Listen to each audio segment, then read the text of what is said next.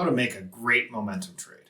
In this video, we go over a great momentum trade made by one of the traders in our trading community who does really good work to find a great setup and momentum trade. We also talk about how to keep the P&L you make on a great trade by knowing what trade you are making. Hi, I'm Jeff Holden, Head of Recruiting at S&P Capital, a proprietary trading firm located in NYC trading equities, options, and futures as both discretionary and automated traders. In today's video, we chat about the importance of finding the right stocks to trade each day and how to make a really good momentum scalp trade.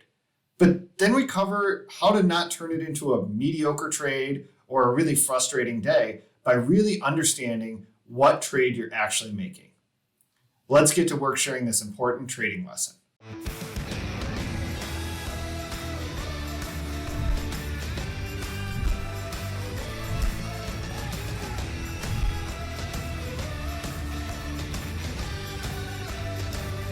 My name is George. I'm a new and development trader at S&P Capital, and this is a momentum trade that I made on March 6, 2022 on SYK, okay? So George, one thing that I want to cover here, and hopefully we get into it a little bit, but what type of momentum trade are you making? This is a momentum scalp trade. Okay, so it might be worth it to put it in there. The reason is because you can tag these a little more effectively if you're saying momentum scalp trade versus a momentum, a different type of momentum trade. So okay, sure. Let me put because I make a few momentum scalp trades on here, but so let's dive into. Here's how I start. My technology is basically my scanner at the open pre-market. I scan through stocks that have a gap 3% positive or negative. Then the stock has to have RVOL 3+, or in other words, stock must trade pre-market at least several 100,000 shares, or at least 10% of its AVOL. AVOL has to be 1 million plus, ATR 1.0 plus. Shares float, I like large caps, no low floats. Short interest, no higher than 20 to 30%. Short float, market cap 10 billion plus, that's what I prefer. If institutional ownership 80% plus, that's good. Insider ownership higher, more bullish. Price of the stock about $20. And the spread must be small, so it's easier for me to trade, and the risk management is easier for me. Now, after I go through my process of finding the stocks, right, then I start from the bottom-up approach, and I go through fundamentals. And my number one thing is the stock must have unexpected strong fundamentals, news catalyst that is significant, either positive or negative. I go through their EPS numbers, revenue numbers, guidance, margins, market share, new product, buyback or secondary program, upgrades, downgrades by tier 1 banks, etc. Or it has to have strong news catalyst behind it. Then I go to technicals, right?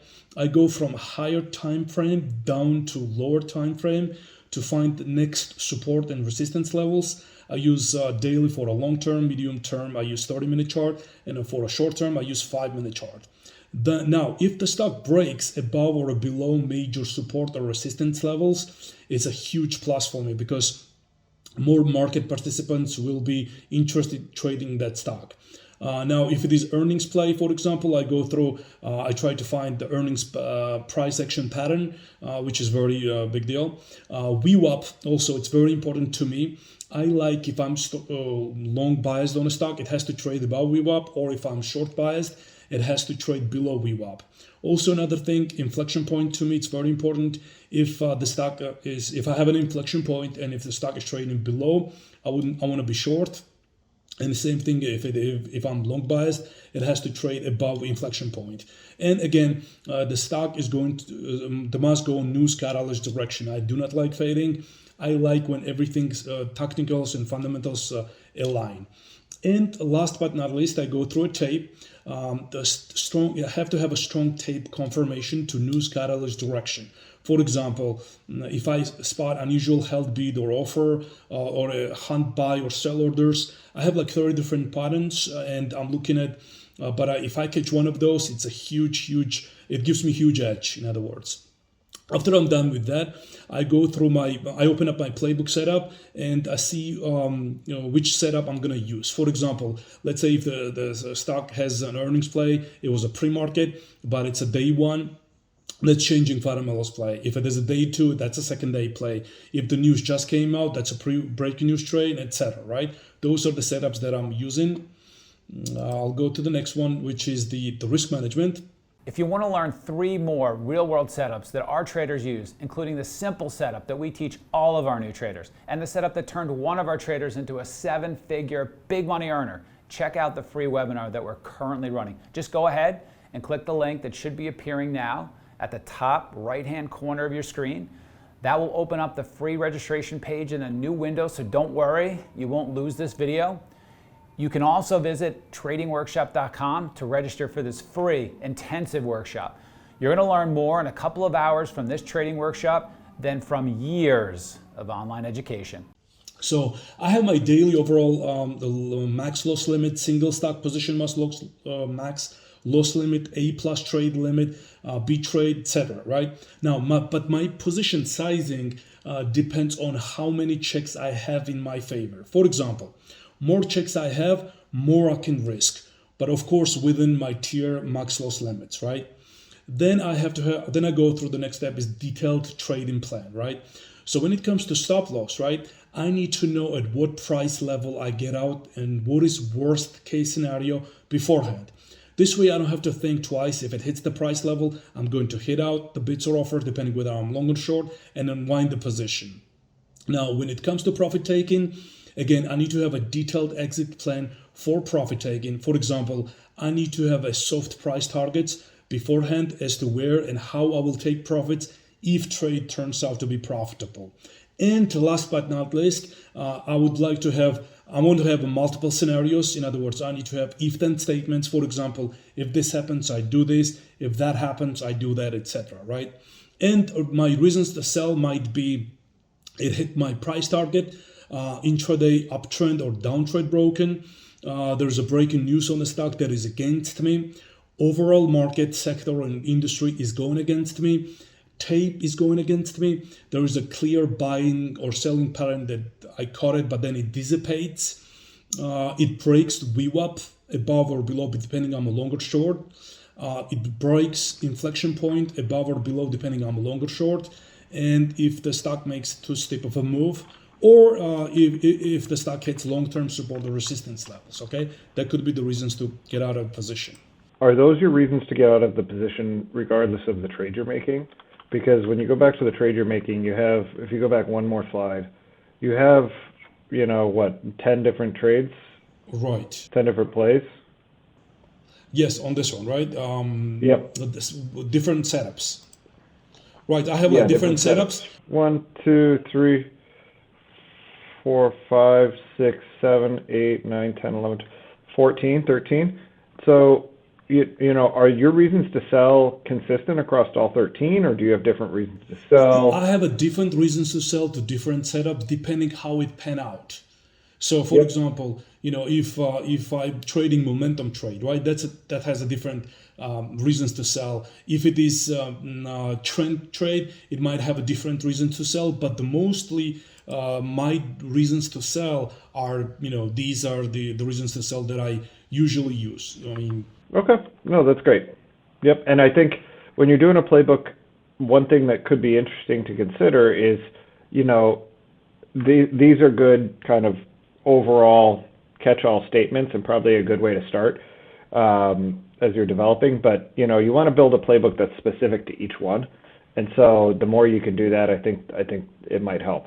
But in general, these are good. Sure. And, when I dive into exactly the trade that I made, I'll tell you what was the exact reason that I was going to get out if, for example, that turned into negative. Yep. No, that's great. Great. So the next one, let's dive into the big picture. So as we can see on a SPY chart, daily chart, right? We sold off. First of all, we had a very big bull market, right? Very long. Then we sold off. Then we bounced back. We sold off. Then we bounced back and we sold off again. Now, when it comes to the big picture, I think that right now there is 3 main drivers for overall economy. for overall market. One is inflation and what Fed is going to do about it, how many rate hikes is Fed is going to do, and how much he raise. The second is geopolitical issue, war between Russia and Ukraine, and whether it is escalating to a much bigger war or de-escalating, and COVID escalation or de-escalation. And on this day, for example, right, there was a news on COVID outbreak and China extended their lockdown of Shanghai to cover all of it, 25 million people. And again, any news that comes up on these major issues could bring big swings to the overall market. So it is very important to track what is going on at all times. Now, for that day, there was a Fed minutes, and basically Fed officials indicated that they plan to shrink the balance sheet by $95 billion a month, and they are going to increase interest rates by 50 basis points. So that was the news. The numbers as of 9 a.m., the VIX was about 20-ish, 10-year was about 2.314, oil was about 102, and I have my support and resistance levels on SPY. And I traded this morning, like from 9:30 to 11-ish. And as you can see, I was short biased, I was shorting the stock, and the overall market was trending down. So it was on my side, okay? The next slide would be, I was watching the wicks, obviously. The wicks was between 21 and 24-ish, so it was all good in there. Now, the stock that I was trading was in a healthcare sector, and HLV, obviously, and as you can see, I was watching the chart of that, and from 9:30 to 11-ish, it didn't do really much, so it was like in a range play. So it was not going against me.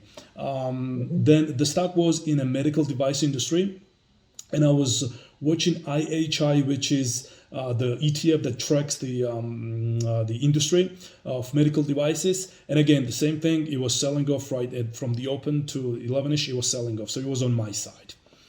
Let's go to the next slide and hit to the intraday fundamentals. So basically, it was a day one trade. The gap was about 5% pre-market. The pre-market, the stock did about 100,000. The R-wall was about 3. A-wall was about 1.53 million.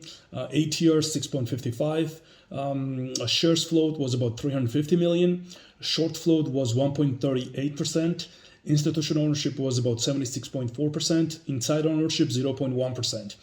I was short biased because of the short report the company had, which I will dig a little bit. Market cap was about 100 billion. 52-week range was from 236 to 281. Sector again was HXLV, which is the healthcare sector. Industry was medical devices and HI. PE for the company was 51.58. It was higher than the industry, higher than sector, and higher than the S&P 500. Now, what happened, what caught my attention was that there was a short report, right? And stock was gapping down pre-market as Spruce Point Capital released short report on the company. Now, Spruce Point Capital, they said that in this short report that while Stryker shareholders had been enjoying an impressive ride, the story has now changed. The short sellers highlighted that $118 billion company has 60.4 billion of debt and just 1.5 billion of unrestricted cash. Financial flexibility is lower. Actionable targets of size to grow Stryker are fewer, and Stryker's track record of paying rich premiums for target is working against it. They said that they believe the Stryker left investors flat-footed when pandemic hit by not warning investors that it is true exposure to elective procedures was about 50% of its sales. Things got so bad for Stryker that they found that evidence that they were delinquent on paying property taxes at its global headquarters. Okay, in a wide range report, they said that they pointed out their poor inventory management. They said that they have a supply chain challenges. The company delayed bad news, and the Stryker trying to recruit new analysts such as Evercore and Bank of America to say buy on its stock. And they said that at the end of the day, they believe that holding shares at this level represent a poor risk-reward management. Did they say anything? So they said holding things at this level is poor risk-reward. Did they come out and explicitly say it should be shorted? That's right. It should be shorted? Yes, they said that, and they usually come up with the short report if they think that, the stock is overpriced, and that's what they said in here. Okay. Okay, so the next slide, I go through a long-term technical analysis on the stock. And as we can see on a daily chart, it was trading in a range from long-term perspective between 235 and 280. Now, after short report, right, the stock gapped down, and this is the when it was gapped down right here. And from 30-minute chart, right, I figured that 263.50, the level was an inflection point, right? So I had my levels S1, S2, and S3, and I had R1, R2, and R3 in here. So I was thinking that as long as the stock was trading below inflection point, and as long as the stock was trading below VWAP, and below R1, I was looking for weakness on a tape and to short the stock. Okay, so let's go to the next slide. This is the 5-minute chart, and again, my levels here. At the open, what I did was basically it spiked higher, but it didn't go above inflection point. So from there, it started to tick down, and when it dipped below VWAP, right? This is my VWAP, this blue line. And once it dipped below VWAP and it dipped below 260 level, I tried to look for the weakness on the tape, which I will show, and I shorted 3 lots in here. As soon as I found the weakness, and I covered all 3 lots right here when I felt that it slowed down and it hit the support level, which was 257.80 S1. And then when it retraced it back to the VWAP area, I reshorted again. And then again, the same thing, I covered it when it it slowed down, it went down to support area. Same thing I did the 3rd time.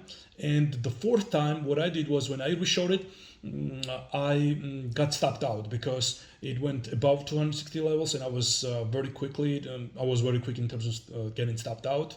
And I'm going to show my reading the tape. This is a moment where it dipped below the VWAP, right? And what I saw on the tape was that as the stock was stepping down, and it was again below the level, below the resistance level, and below the inflection point, and below the VWAP, the stock, as you can see from the tape, right? Before I show, is that I noticed that the bids were dropping, the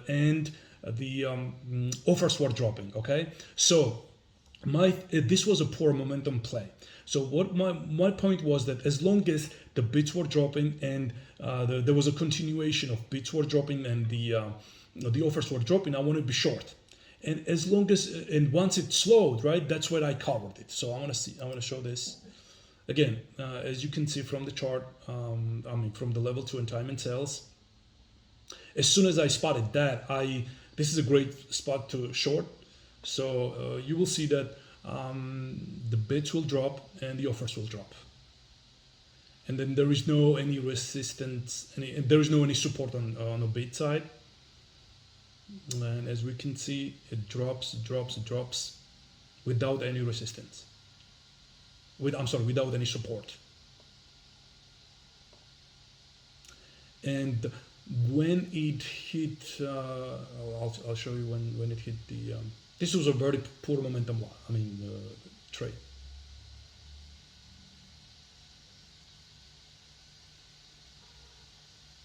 It's going down. The bids are dropping. The offers are dropping. If I had, saw that again, the reasons of the sell for me was that if I spotted that this pattern changed, I would have covered my position immediately.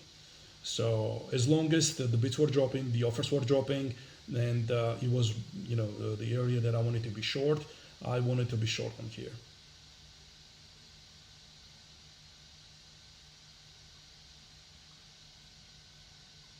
It's going down.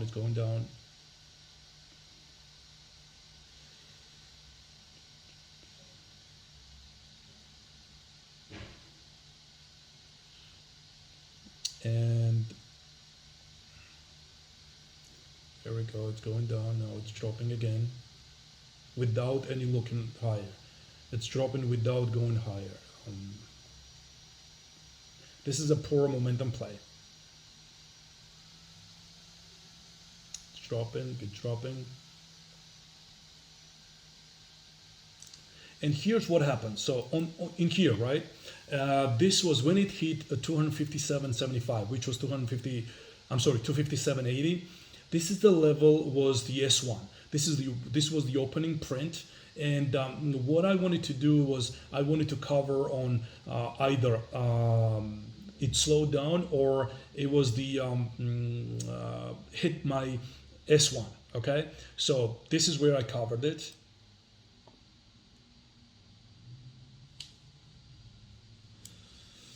And right after I covered it, the stock went higher. It retraced back to the VWAP.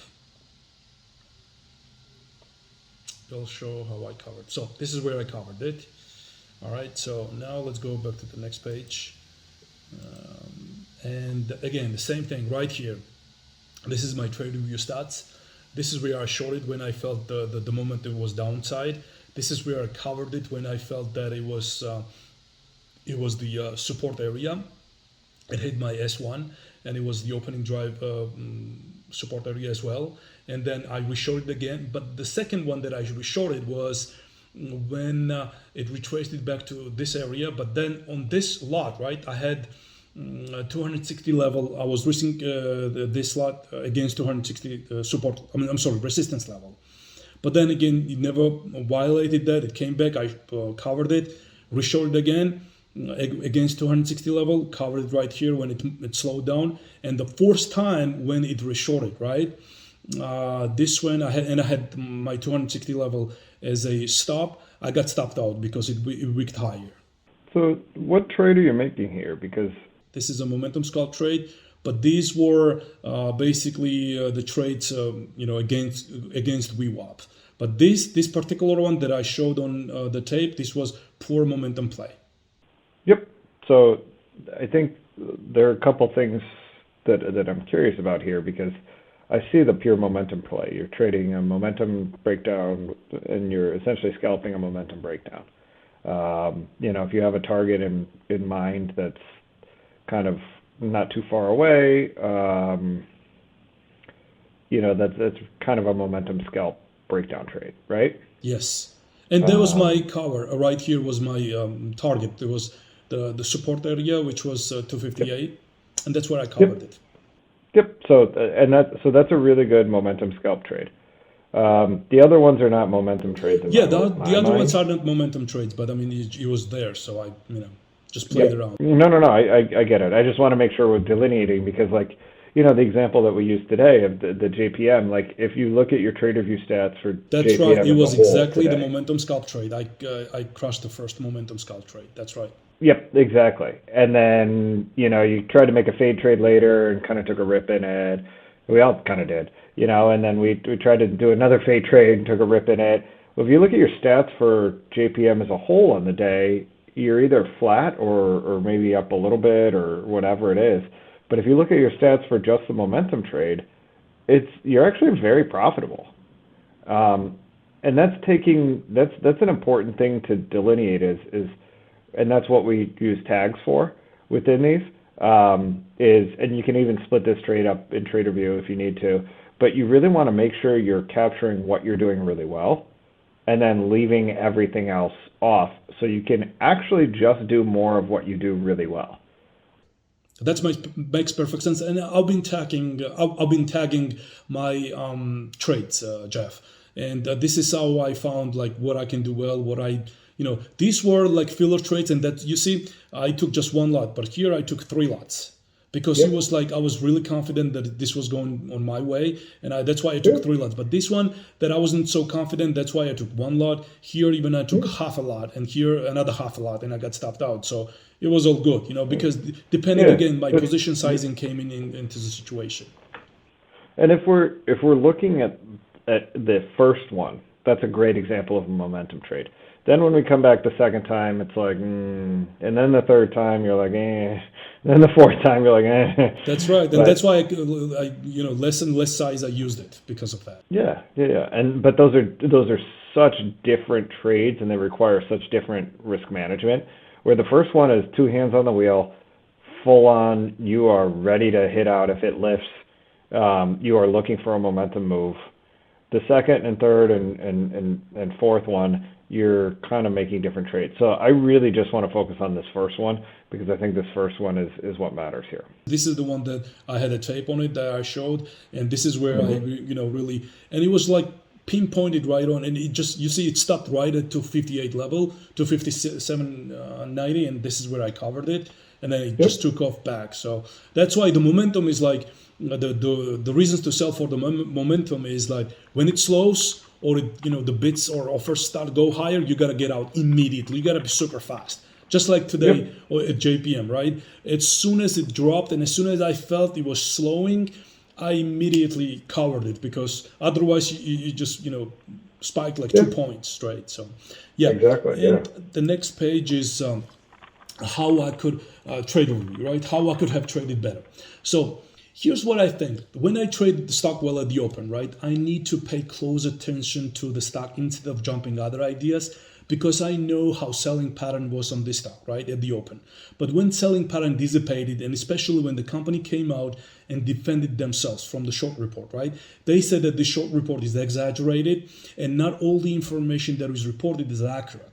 Knowing how it could possibly unfold, you see sometimes when company defends themselves from the short report, the stock completely reversed, just like how SYK did on this day. And I show I'll go back to the page. And so knowing that, I could have watched the tape, and once I found the strengths, and once it break above VWAP and traded above 260 level, I could have easily gotten long and crushed the stock on the long side as well.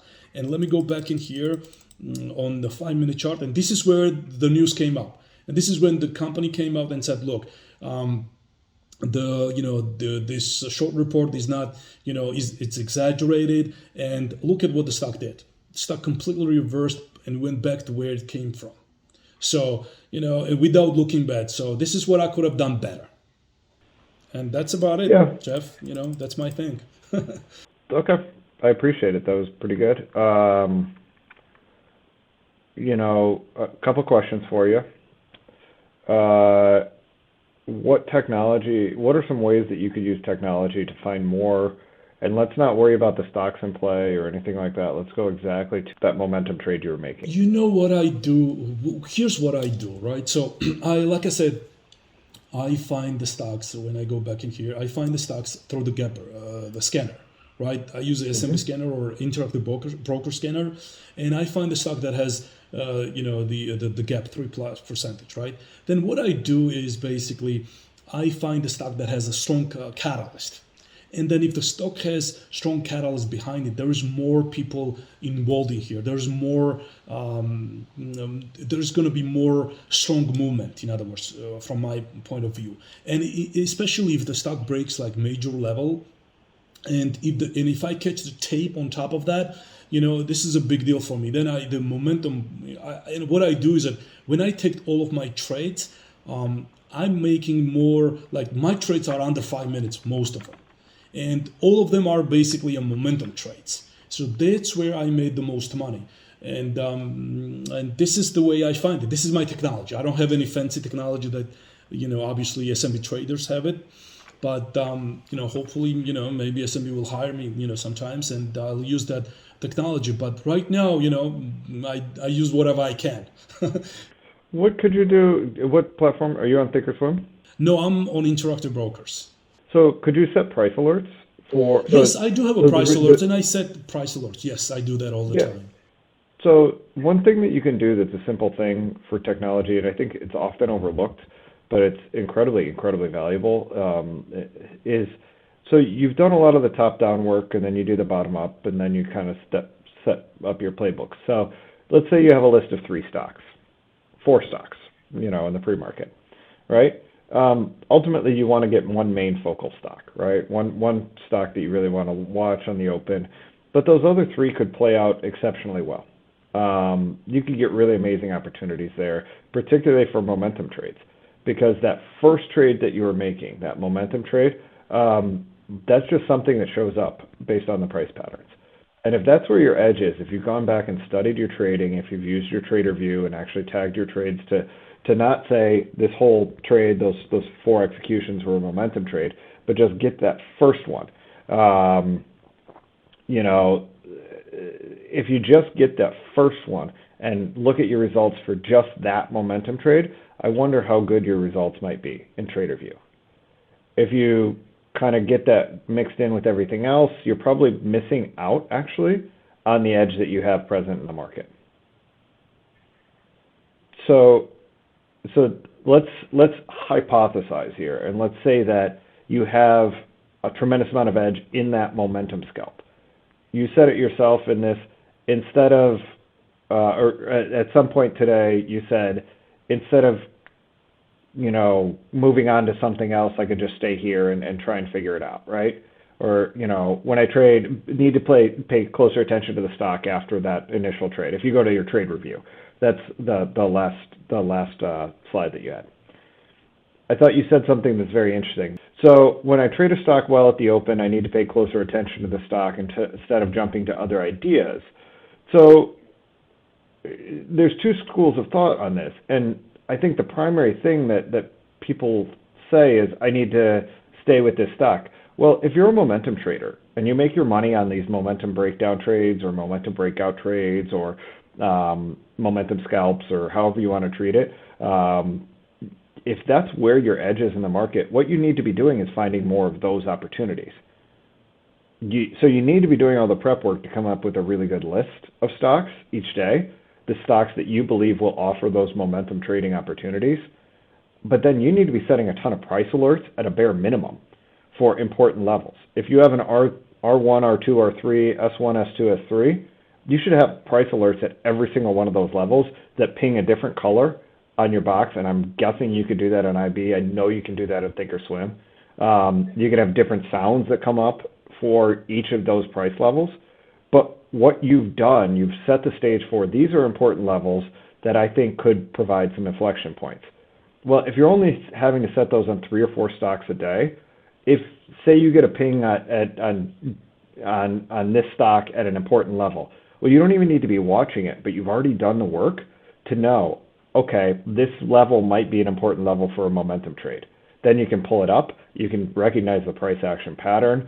Say, you know, you can pay attention to the tape for a minute or two, try and recognize, is this offering me a momentum opportunity? And if it is, then you can take advantage of it. You're actually, by doing this, allowing yourself to just be more responsive than having to be predictive. And that's something that is really tough. You know, that first trade you made was just a responsive trade. You saw the setup, you saw the consolidation, you saw the breakdown, you saw the pressure on the tape. That's really good. The next ones are responsive trades, or predictive trades. They're like, it's coming up into a level, I'm predicting that it's going to roll back over. Okay, it didn't really roll back over. I'm predicting that this next spike up is going to roll back over. Those are very, very different trades. But imagine you take that momentum trade and then you just sit back and say, okay, let's see what else pops up for the day. And you're cycling through your 2 or 3 stocks and you're paying attention to when they come into important levels. You could even build a simple filter for those stocks and only run it on those stocks every day of, you know, if I get a 10-minute consolidation that is 1/4 of the range of the bar from 15 minutes ago or 10 minutes ago or whatever.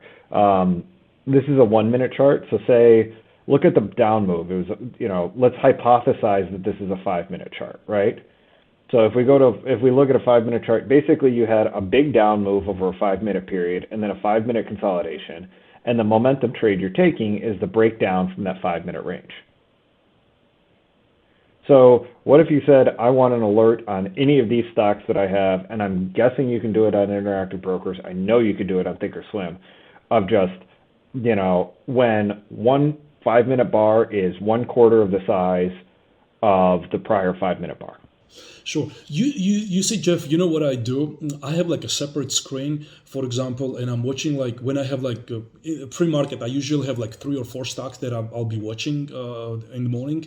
And I have like one screen and I have like 4 different charts and all these, you know, and I have all these 4 stocks in there and I have like levels in there. And once, for example, and I'm always watching that. And once the, you know, it goes to that level, for example, right, I can just, you know, click and just, you know, jump onto that stock and I trade that stock.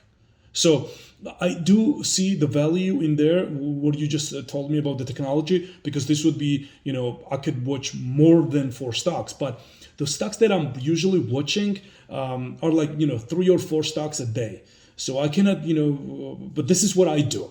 But I see the value, what you just mentioned, and I think that does make perfect sense because you do not want to miss out, using your edge.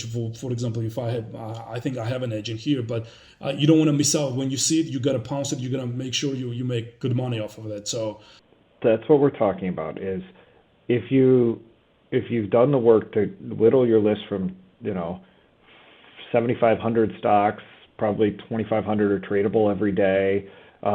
There's probably 1,000 with some sort of independent news or catalyst or something on a normal day, whether it's, that would fit into the world of potential tradable ideas. There's probably 100 pre-market that are pretty good, that people will be watching across, all intraday trading. There's probably 10 that are really good. And for various reasons, because they have really important fresh catalysts every day. If you can take that 10 and turn it into 4, then yeah, you need to find every opportunity to make money in those stocks that you can for your playbook. And that's, I think, the one part that I really want to emphasize here is if your playbook and if your skill set is, I really make a lot of money and I execute very well when I'm making momentum trades, you don't want to be wasting your time with a reversion trade. You don't want to be predictive because those are different skill sets. And what you're doing by staying with that stock and being predictive with it is you're taking away the opportunity to just be reactive in another stock that's trading better. I got you. Yeah, this makes perfect sense. You gotta do whatever you can, whatever you do best. In other words, so you want to use that to your advantage. This makes perfect sense. You don't just want to do it, you want to do more of it and more of it and more of it. Absolutely. This makes perfect sense. I'll be better off for sure. And so, I think finding ways to leverage the technology specific to your playbook is an important growth area here. Simple price alerts are a very base way of doing it. But if you've done the work to come up with, and I love the fact that you did the work to come up with S1, S2, S3, R1, R2, R3. You need to have those price alerts set. You absolutely have to have those price alerts set. Yeah, once it broke down there, that's what what I usually do, Jeff, is that, when I have a level, right? And if the stock breaks down in that level and I'm watching it, right? I start watching that. And then if I see that there is the weakness on the tape, I'll just, short it. And then as soon as the momentum stops, I cover it. So, more I have it, obviously, I make like 2 or 3 or 4 or 5 trades like this a day. And if I can make like 20 or 30 or 40, whatever, I think I'll do much, much better. So, and even if I increase my position size as well, I'm too small on my positions. So. Yeah, and I love what Kyle just said. He joined a little bit late, but Kyle, I think, had probably the best idea that I've actually heard for leveraging technology, and this can be done on any platform. So it's in the chat, or it's in the chat. So say it's after 10 o'clock, right? So say we've got a lot of the momentum's probably gone most days in the market after 10 o'clock. If you simply have a filter that says names holding in the top 20% of the intraday range or bottom 20% of the intraday range, all of a sudden you've created your list. And that list may be different than what you had of those 4 stocks coming in. But what if you found 1 trade a week just by using that simple scan? What if you found 2 trades a week just by using that scan? A stock's holding the top 20% of its range on the day. You can trade it for a breakout, and with really tight risk, and you can make a really, really good trade. If you're a momentum scalp trader, that's like a vital list to have. So I'd really encourage everybody to find ways to do that, find ways to share it. Certainly everybody on this call should, if you're a momentum scalp trader, you really need to do that. So yeah, somebody else, Radu had a really good comment too. In the IB scanner, top volume rate. Oh, that's really interesting. Yeah, because then we're getting a little more specific. I like it. top volume rate is the equivalent of short-term RVol. So I would assume it's like basically what's showing short-term RVol like on a 15-minute or 30-minute or something like that.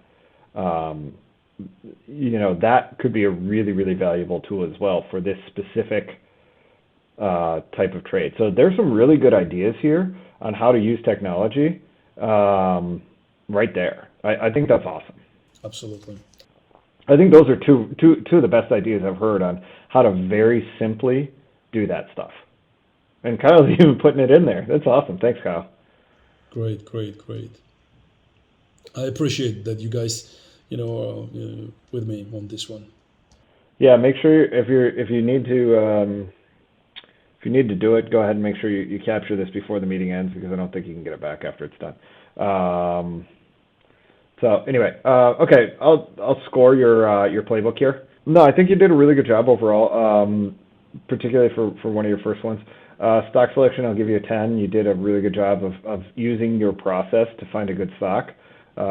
Big picture, I thought was really good. I gave you a 10 because of the good identification of the big three issues going on with the market at that time, and then the numbers associated with each. I loved the fact that you used VIX and oil, and there was one of the interest rate, the 10-year. I thought those three were important factors, because then you're actually using the numbers to support it. You're not just saying we have an elevated VIX environment. You're saying VIX is actually above 20. You're defining it.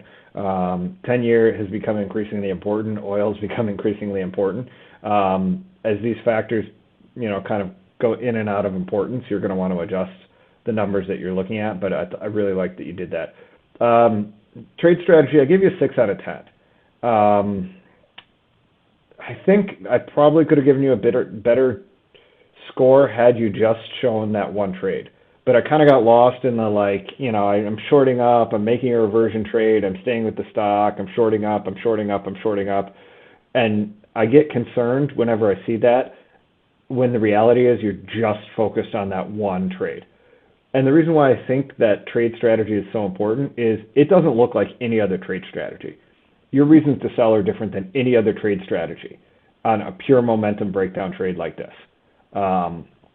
So I really struggled with that, with how to score that one, because I kind of got lost in all the other stuff that was going on. I think you also need to delineate, if that is the one, then you don't need to be talking about, all the different reasons to sell in these. You need to be only talking about the reasons to sell for that momentum breakdown trade. And that's, I think you did a really good job, but I just kind of got lost in everything, and we really need to kind of make sure we're delineating it, because when you come back to your playbook, you don't want to have to even think, or if anybody reads this playbook ever, you don't want to even have to think, like, which trade am I talking about here? You want it to be so clear and so much emphasis put on that specific trade. So that's the one thing that I kind of struggled with. Intraday fundamentals 10. I thought you did a really, really good job laying out the use of news, the base catalyst, the important other information. Technical analysis, yeah, really good, 10 out of 10. I thought you did nice on the long term, and then getting down to the short term. One thing that was interesting is I liked the fact that you kind of had these levels that you thought were important, and then all of a sudden, it was holding back above S1. I'll talk about that in a second, but I liked the way you laid out the technicals. Reading the tape, I thought you got a 10 for just sitting there recognizing the opportunity. You see the heaviness on the tape, you get involved. That's really what momentum trading is you pay attention to prices at important levels, you recognize something on the tape, and you take advantage of it. That's really all it is. Momentum trading is not more complex than that. It's awesome that you did that. Trade management, I thought on the initial part, it was 10 out of 10. You entered, you had a good reason to sell, you exited. Again, let's make sure we're focusing on just that. I gave you a 5 out of 10 because I was looking at the entirety of the way you traded that stock, but I'm changing that to a 10 out of 10 because I think for that specific trade, if we're only talking about the momentum trade, which you got to make sure you're delineating this again so you're not getting lost, because you got a 10 out of 10 on that. The other ones you're kind of all over the map on what trade you're making, so it's really tough. But I will give you a 10 out of 10 on the trade management. Technology, 5 out of 10. I think you did a really good job in your pre-market technology. I think if you're going to be this type of trader, you got to have the technology to support you finding ideas outside of the 3 or 4 stocks that you're looking at. Plus, you have to be more of kind of a responsive trader where you're just sitting there and waiting for the opportunities to come to you. So you got to develop some intraday trading technology to support that. I think you got 5 because your base technology was really good. All the information and that gets you your list is really good, but you got to get the other side of it too. You got to get the intraday stuff, and even building those basic filters that we talked about in the chat is really good. Review, I think overall 9 out of 10. You did a really good job with the breakdown of kind of how you did and what you would do better and everything like that. The only reason I didn't give it a 10 is, again, like you're saying you need to pay closer attention to stock instead of jumping off to other ideas. But the reality is, you need to pay closer attention to that specific setup, regardless of where it shows up. So you have to kind of lean into your strengths as much as you possibly can and stay away from things that aren't your strengths. Right now, the things that aren't your strengths, it seems like the fade moves are not necessarily your strengths. I'm not saying that you did them poorly at all, but you really made an amazing momentum trade. But the skill set to trade a momentum stock like that or a momentum trade like that is so different than the skill set to make the fade trade, because the fade trade is always or the reversion trade or the predictive trade, whatever you want to call it. 2, 3, and 4, we'll call it. The skill set associated with those is so different, because that's a position sizing game. You never really know how high it's going to go. But that momentum trade, I thought you did really, really well. So let's, if we're focusing on that, I thought you got a 9 out of 10 for that. Diligence in your playbook, I thought you did a 9 out of 10. I thought you were I thought you got a 10 out of 10 on that, because you were incredibly diligent with your playbook and with the work that went into it. I can see how this is the beginning of a successful group of playbooks. As long as you're making sure that you're breaking out these different playbooks to be different trades. It's just little things that I think overall could make a big difference in your trading. I think the 2 is recognizing if you're a momentum trader, that's awesome. Be a great momentum trader. Be as good of a momentum trader as you possibly can be. Don't worry about trying to fade things. Don't worry about trying to fade up moves. That's not momentum at all. Your job as a momentum trader is to make as much money as possible when you have momentum, and then not lose it when you don't have momentum. That's what your job is as a momentum trader. If you are trying to make as much money as you can when you have momentum, and then also trying to see if you can do some other stuff, you're just going to wind up losing money when you don't have momentum. No, you got a 90. That was good. Overall, I thought you did really well. The 2 things I would change, and I think are incredibly important to change, and the way that you can get better faster is by building technology to really support your trading. And I understand that some people feel like at our firm we have different technology. This technology that we're talking about, it's so easy to build and it's accessible on any platform. And I don't want people to ever feel like we have some unique technology in the markets, because the discretionary or the retail technology is amazing. I mean, it is like, don't ever underestimate how good it is, because it is so much better than anything I ever thought was available. And the reality is, you can just YouTube pretty much anything. You want to figure out how to do a price alert, just YouTube, price alert and your platform, and it'll show up. You want to figure out how to do a custom scan, so you're looking at what Kyle was talking about. You can just Google it and it'll show up. I mean, the number of people that have invented this amazing technology that's available to everyone is so awesome. So I'd really encourage everybody to understand what type of trader you are, understand where your strengths are, and then really understand how to leverage that by building technology to support it. Makes perfect sense. I really appreciate all your advice, Jeff, and I'm really going to take every single note out of it, and I'm going to try to get better. My goal is to become, as good as I possibly can. So I love it. And I love SMB because of the process and everything that the SMB has is unbelievable. I mean, I don't think that anybody else has anything close to that. So I really enjoying being in here with you guys, and I really think that I can really get to the next level for sure. No doubt about it. I have like zero doubt, like no doubt. Yeah, and what we see on our desk is the people that get to the next level are the ones that identify their edge and commit to it. That's really it. And they try and leverage that up as much as they possibly can.